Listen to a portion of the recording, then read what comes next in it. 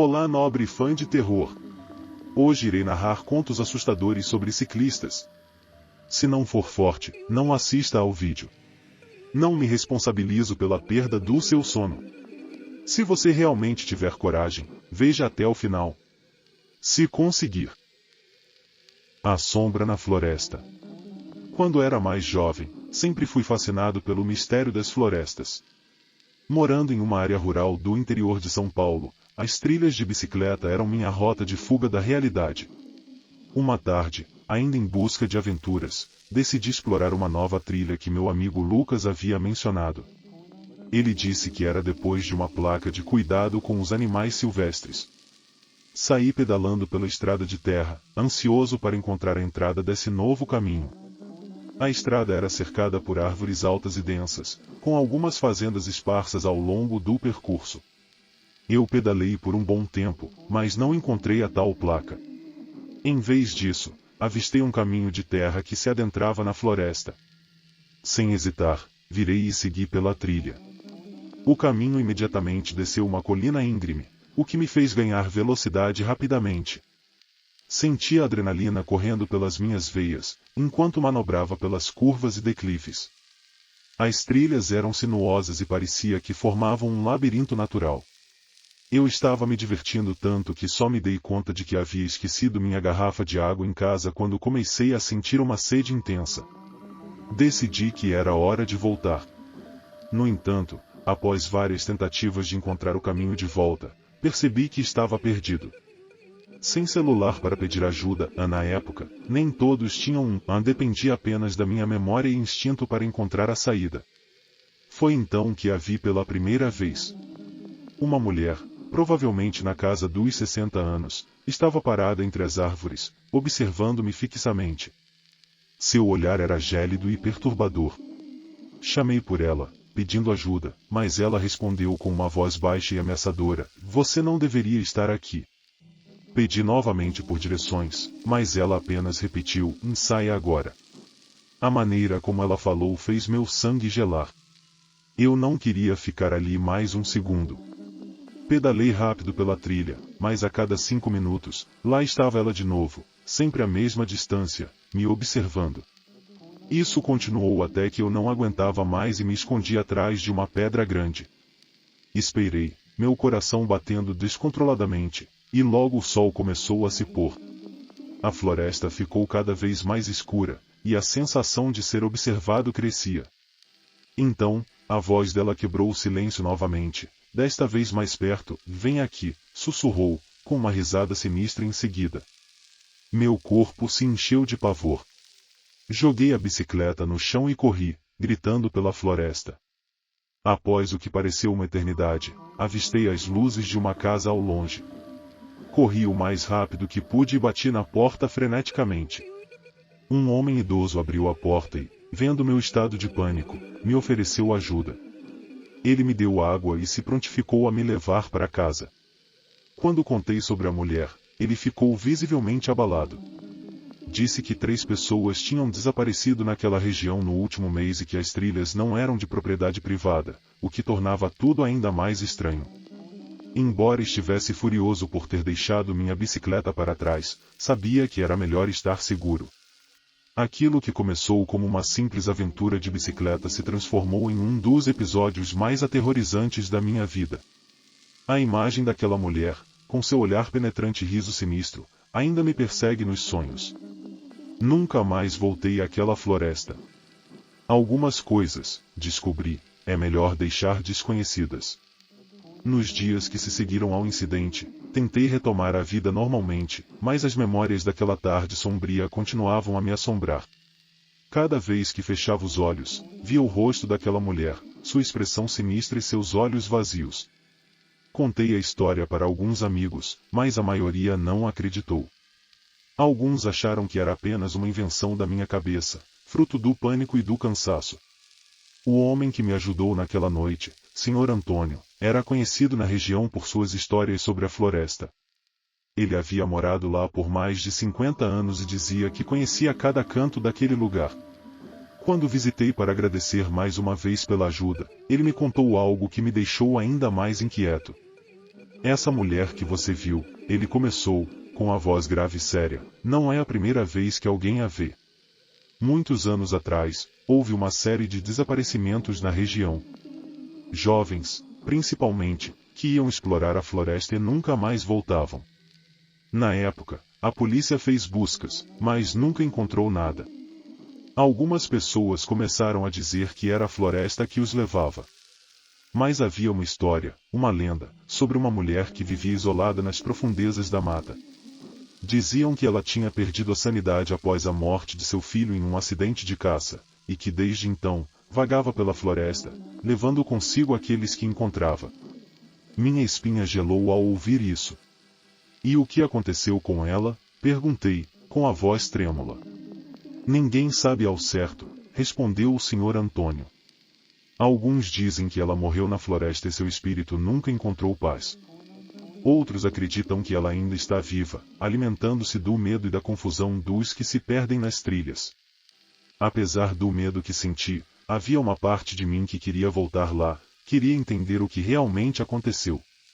Talvez fosse a curiosidade natural do ser humano, ou talvez fosse uma forma de enfrentar meus próprios demônios. Mas sabia que não podia fazer isso sozinho.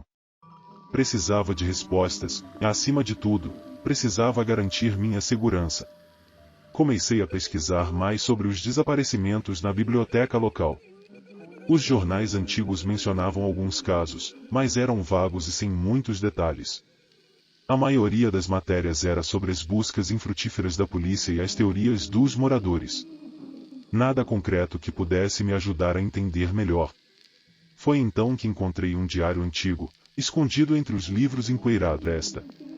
Ela não vai deixar.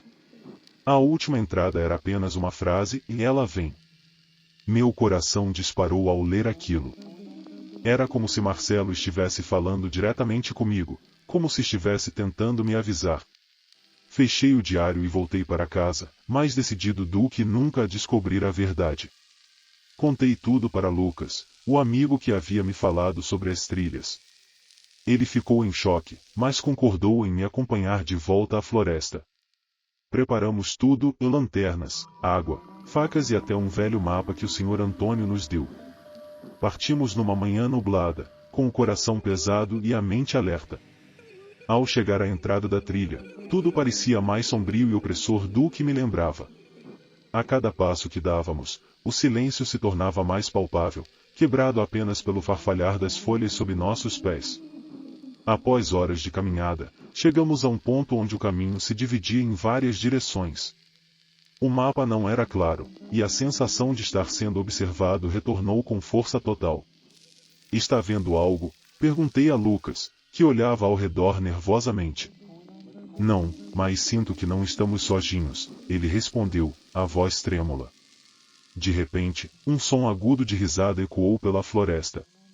Era a mesma risada que tinha ouvido naquela tarde fatídica. Viramos em todas as direções, tentando localizar a origem, mas não vimos nada. O medo era palpável, e o instinto de sobrevivência gritava para que fuguíssemos. Foi então que a vimos. A mulher, a dama das sombras, parada a poucos metros de nós. Seus olhos estavam fixos em mim, e um sorriso macabro se formou em seus lábios. Lucas gritou e correu, e eu o segui sem olhar para trás.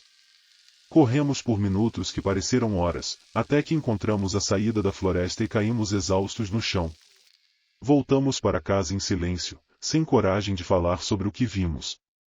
Sabíamos que a floresta guardava segredos que talvez nunca fossem revelados, e que aquela mulher, ou o que quer que fosse, continuaria a vagar pelas sombras, esperando por sua próxima vítima. Nunca mais voltei àquela floresta. Às vezes, ainda sinto o olhar dela sobre mim, e sei que nunca estarei completamente seguro. Algumas coisas, descobri, é melhor deixar desconhecidas. O primeiro conto chegou ao fim. O que achou? Conte-nos nos comentários. O segundo conto começa agora. O convite do desconhecido. Naquela tarde quente de verão, estava navegando pelo aplicativo de classificados, procurando alguma pechincha, quando me deparei com um anúncio intrigante e uma bicicleta Trek preta, de uma das melhores marcas do mercado, sendo oferecida de graça. Na época, minha velha bicicleta Kevin estava em péssimas condições, então a ideia de conseguir uma bicicleta nova sem gastar nada foi irresistível. Sem perder tempo, entrei em contato com o anunciante, um homem chamado João. Ele respondeu rapidamente, confirmando que a bicicleta era gratuita e que o princípio de quem chegar primeiro, leva estava em vigor. João mencionou que muitos interessados estavam entrando em contato, então eu deveria me apressar. Perguntei a ele onde poderia pegar a bicicleta, esperando um endereço, mas, em vez disso, ele me enviou coordenadas GPS. Naquele momento, um sinal de alerta piscou em minha mente. Quem envia coordenadas GPS em vez de um endereço? Mas, minha vontade de adquirir a bicicleta falou mais alto, e decidi seguir adiante. Perguntei se ele poderia fornecer um endereço próximo ou um ponto de referência, mas João insistiu nas coordenadas, alegando querer manter sua privacidade e que não havia lugares notáveis por perto. No dia marcado, programei as coordenadas em um aplicativo de rastreamento e segui para o local indicado, que ficava a cerca de 25 minutos de carro. Enquanto dirigia, notei que a paisagem ficava cada vez mais desolada, com a estrada sendo cercada por densa vegetação de ambos os lados. Quando estava a apenas 2 minutos do destino, percebi que não conseguiria ir mais longe com o carro. O caminho adiante era apenas uma trilha na floresta. Estacionei o carro no acostamento da estrada deserta e enviei uma mensagem a João, informando minha localização e perguntando como deveria proceder. Ele respondeu que seria melhor eu seguir pela trilha na floresta, pois a área era de difícil acesso e ele estava esperando em uma clareira mais à frente. Relutante, mas decidido a não voltar de mãos vazias, entrei na floresta. Os galhos e folhas arranhavam minha pele enquanto eu avançava pelo terreno acidentado. Após alguns minutos de caminhada, comecei a sentir que algo estava errado. A trilha parecia cada vez mais fechada e não havia sinais de uma clareira. Tentei contatar João novamente, mas ele não atendeu minhas ligações, respondendo apenas por mensagem de texto, alegando estar com sinal fraco. Com o pôr do sol se aproximando, decidi que era melhor voltar para o carro. Foi quando percebi que a situação tinha piorado drasticamente. Ao chegar de volta ao carro, vi que todos os 4 pneus estavam furados. Meu coração disparou. Quem teria feito isso? E por quê? Ao olhar para dentro do carro, notei algo ainda mais perturbador. Havia alguém deitado no banco de trás, tentando se esconder. Um pânico absoluto tomou conta de mim. Sem pensar 2 vezes, abandonei o carro e corri pela estrada, rezando para encontrar ajuda. Enquanto corria, ouvi a porta do carro se abrir e se fechar com força. Olhando para trás, vi uma figura sombria fugindo para a floresta. Continuei correndo até avistar um pequeno posto de gasolina à distância. Entrei no posto, sem fôlego, e pedi ajuda ao atendente, que rapidamente chamou a polícia. Os policiais chegaram pouco depois e me escoltaram de volta ao local onde meu carro estava. Eles fizeram uma vistoria minuciosa e anotaram todos os detalhes da ocorrência, incluindo a conversa por mensagens com João e a condição dos pneus. A caminho do mecânico, que substituiria os pneus, não conseguia parar de pensar na figura sombria que vi. A polícia também estava curiosa sobre a identidade de João. Tentaram rastrear o número de telefone que ele usava, mas descobriram que era descartável, um daqueles números pré-pagos que são difíceis de rastrear. Os policiais me aconselharam a ter cuidado e a ficar alerta para qualquer atividade suspeita ao redor de minha casa. Embora a experiência tivesse sido traumática, o apoio da polícia me deu um pouco de conforto. No entanto, a sensação de estar sendo observado não me abandonava. Cada vez que saía de casa ou voltava do trabalho, tinha a impressão de que alguém estava me seguindo. Comecei a mudar minha rotina, tomando rotas diferentes e verificando constantemente os arredores. Meu sono também foi afetado, com pesadelos frequentes sobre a figura no carro. Para tentar entender melhor o que tinha acontecido, decidi investigar mais a fundo sobre outras pessoas que poderiam ter passado por experiências semelhantes. Comecei a frequentar fóruns online e grupos de redes sociais dedicados a relatos de encontros estranhos e perigosos. Foi lá que encontrei uma comunidade de pessoas que haviam sido atraídas por anúncios suspeitos, muitos dos quais acabaram em situações perigosas ou perturbadoras. Conforme lia esses relatos, percebi que minha história não era a única. Outros também tinham sido atraídos para locais remotos por promessas de itens gratuitos ou oportunidades imperdíveis, apenas para descobrir que estavam sendo emboscados por criminosos. Alguns conseguiram escapar, como eu, enquanto outros não tiveram a mesma sorte. Essas descobertas me fizeram perceber o quão sortudo eu tinha sido por escapar ileso. Decidi compartilhar minha história nesses fóruns para alertar outras pessoas sobre os perigos de seguir anúncios suspeitos. A resposta foi esmagadora, com muitas pessoas expressando gratidão pelo aviso e compartilhando suas próprias histórias de terror. Com o tempo, comecei a superar o trauma e a sensação de estar sendo observado diminuiu. No entanto, a experiência me deixou uma lição valiosa e a importância de confiar nos meus instintos e de sempre ser cauteloso com estranhos, especialmente quando se trata de encontros em locais isolados. Alguns meses após o incidente, decidi me envolver em um projeto comunitário que visava aumentar a segurança em nossa região. Trabalhamos junto com a polícia para criar campanhas de conscientização sobre os perigos dos encontros online e a importância de verificar a autenticidade dos anúncios. Nosso objetivo era evitar que outras pessoas passassem pelo mesmo pesadelo que eu. O projeto teve um impacto positivo na comunidade, e as histórias de encontros suspeitos começaram a diminuir. Senti um senso de realização ao saber que minha experiência ajudou a prevenir possíveis tragédias. Aos poucos, a vida voltou ao normal, e a bicicleta Trek preta se tornou uma lembrança distante de uma lição aprendida da maneira mais difícil. Mas, mesmo depois de tudo isso, sempre que vejo um anúncio atraente online, lembro-me daquele dia e penso duas vezes antes de agir. Algumas ofertas, por mais tentadoras que sejam, não valem o risco. A floresta, com seus segredos e sombras, continua a existir, esperando por aqueles que se aventuram sem cautela.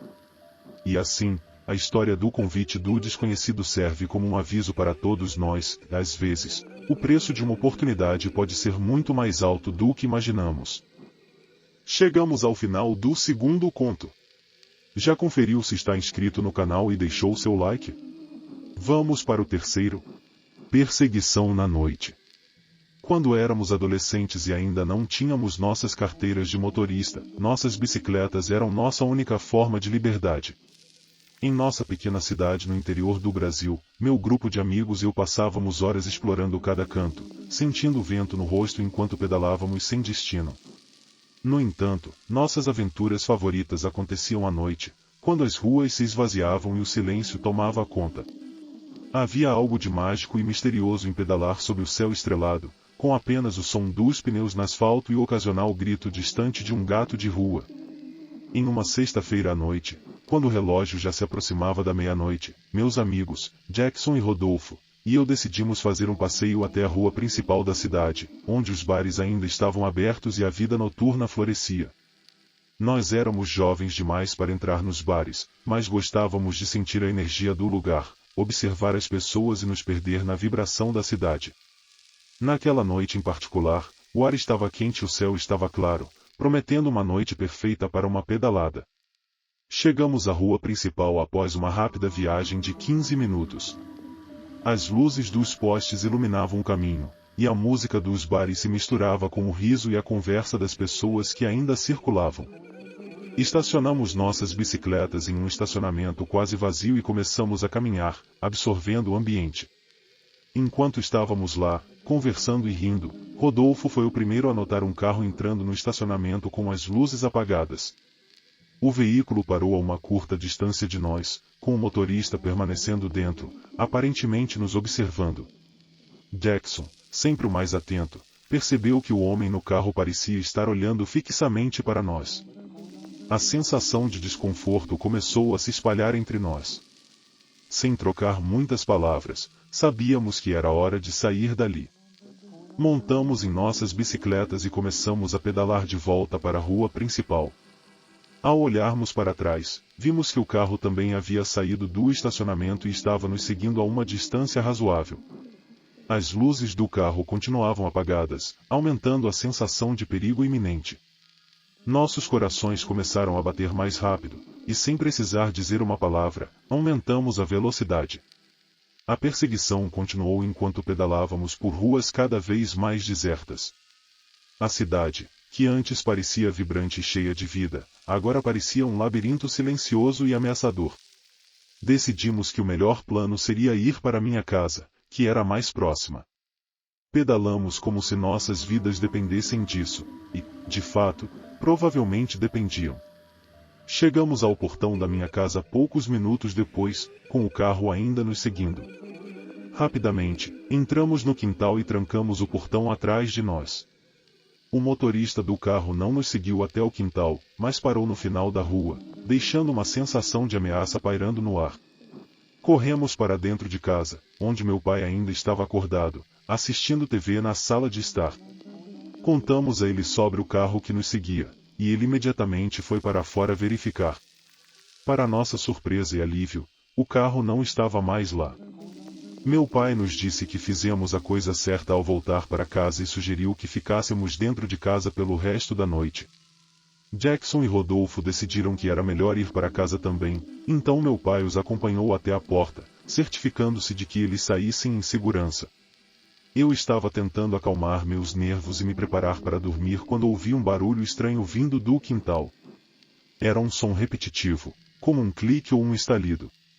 Abri a janela do meu quarto e olhei para fora. A luz do poste iluminava o quintal, mas eu não via nada fora do comum. Ainda assim, o som persistia. Decidi acordar meu pai novamente. Juntos, descemos para investigar. Ao chegarmos ao quintal, meu pai acendeu a luz externa e avançou com cautela. O som cessou abruptamente. Ele abriu a porta do galpão onde guardávamos as ferramentas e nossas bicicletas, mas não encontrou nada além de alguns arranhões no cadeado da porta. Algo ou alguém havia tentado arrombá-lo. Voltamos para dentro de casa, ainda nervosos, mas aliviados por não encontrar ninguém ali. Meu pai decidiu ficar acordado pelo resto da noite, e eu finalmente consegui cochilar um pouco, embora de forma inquieta. Na manhã seguinte, meu pai chamou a polícia para relatar o incidente. 2 oficiais vieram e inspecionaram a área, anotando todos os detalhes. Eles nos disseram que havia uma série de relatos recentes de um carro suspeito perseguindo pessoas à noite, mas até então não haviam conseguido identificar o motorista. Prometeram aumentar a vigilância na área e nos aconselharam a manter as portas e janelas trancadas. Os dias seguintes foram estranhos e tensos. Meus amigos e eu estávamos constantemente olhando por cima dos ombros, mesmo durante o dia.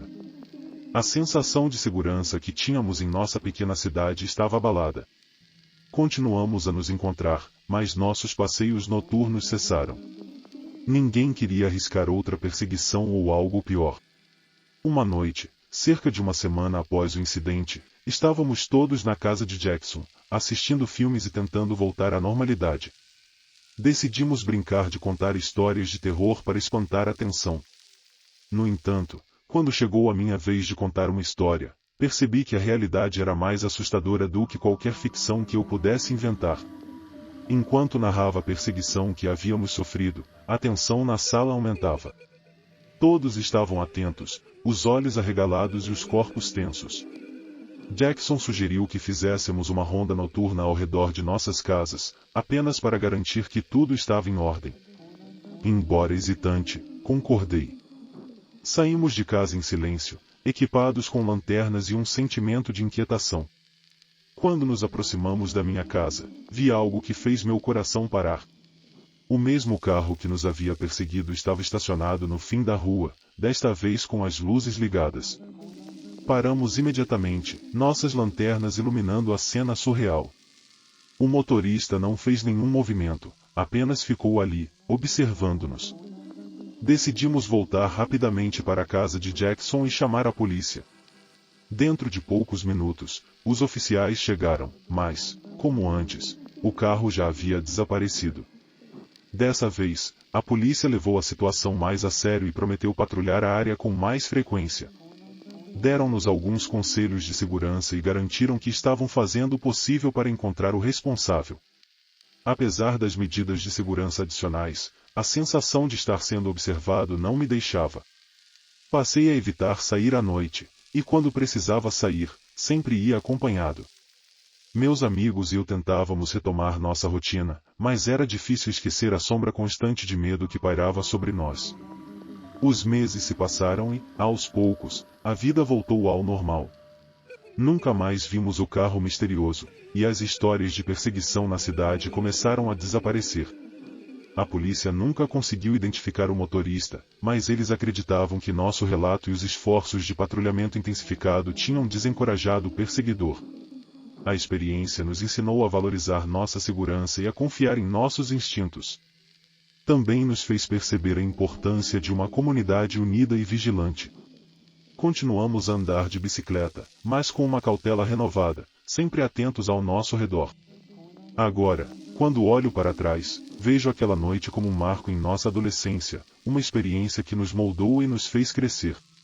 E, embora a memória da perseguição ainda me assombre ocasionalmente, também me lembra da força e da resiliência que encontramos em nós mesmos e em nossa amizade.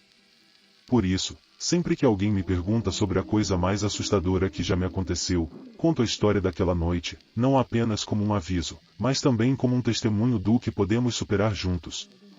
E enquanto a cidade dorme sob o manto da noite, sabemos que estamos mais vigilantes, mais preparados, e acima de tudo, mais unidos.